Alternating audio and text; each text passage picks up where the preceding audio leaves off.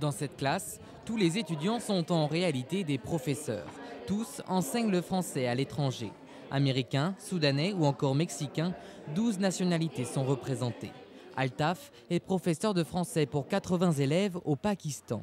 Durant un mois, à l'Institut de Touraine, il cherche avant tout un savoir-faire. Ça fait 2 ans maintenant que j'enseigne. Je n'ai jamais eu de formation auparavant d'être prof. Je connais la langue française, je la maîtrise, mais être prof, c'est quelque chose de différent. Il faut savoir les techniques, les méthodes, le savoir-faire.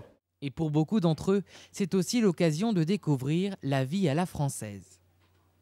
Je crois que c'est une curiosité naturelle aussi et salutaire de la part d'un enseignant de se dire à un moment donné dans ma carrière, mais j'enseigne une langue étrangère, peut-être que ça fait très longtemps que je n'ai pas été dans ce pays, hein, le pays source si je puis dire, peut-être même que j'y ai jamais été, parce que selon un petit peu mon niveau de fortune ou le pays duquel je viens, j'ai peut-être jamais eu l'occasion de venir dans un pays francophone.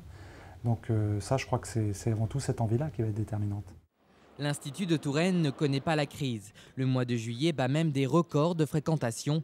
Plus de 70 enseignants viennent perfectionner leur technique d'apprentissage du français à Tours.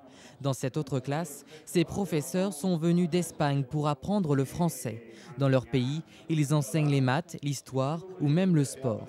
Leur voyage est entièrement financé par le ministère de l'Éducation espagnol.